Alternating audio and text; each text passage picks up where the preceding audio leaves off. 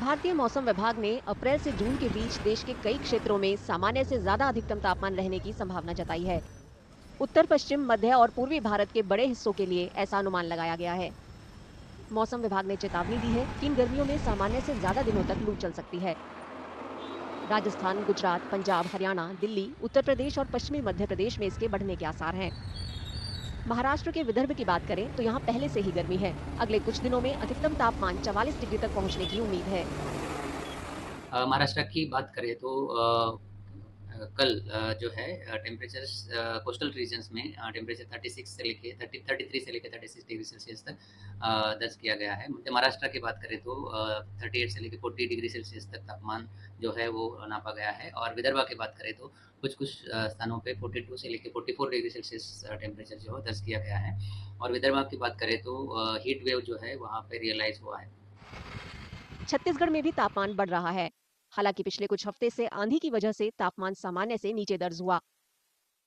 पिछले 1 हफ्ता 2 हफ्ता अगर देखा है तो अधिकतम तापमान जो है सामान्य से कम है थंडरस्टॉर्म एक्टिविटी की वजह से। पिछले 24 घंटों में ये अधिकतम तापमान जो है वृद्धि का दौर थोड़ा चालू है। अगले 48 घंटों तक ये अधिकतम तापमान में वृद्धि जो है वो जारी होने की संभावना है। लगभग 1 से लेके 2 डिग्री तक वृद्धि एक्सपेक्टेड है। ओडिशा के तटीय क्षेत्रों में भी अगले 3 दिनों तक गर्म और आर्द्र स्थिति रहने की संभावना है।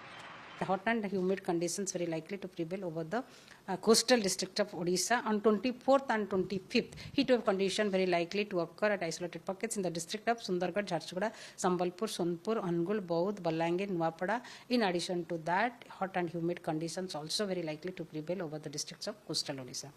And the temperature forecast, if we see, there is rise in maximum temperature on an average by 3 to 5 degrees Celsius over the state during next 3 days, and thereafter no large change is likely.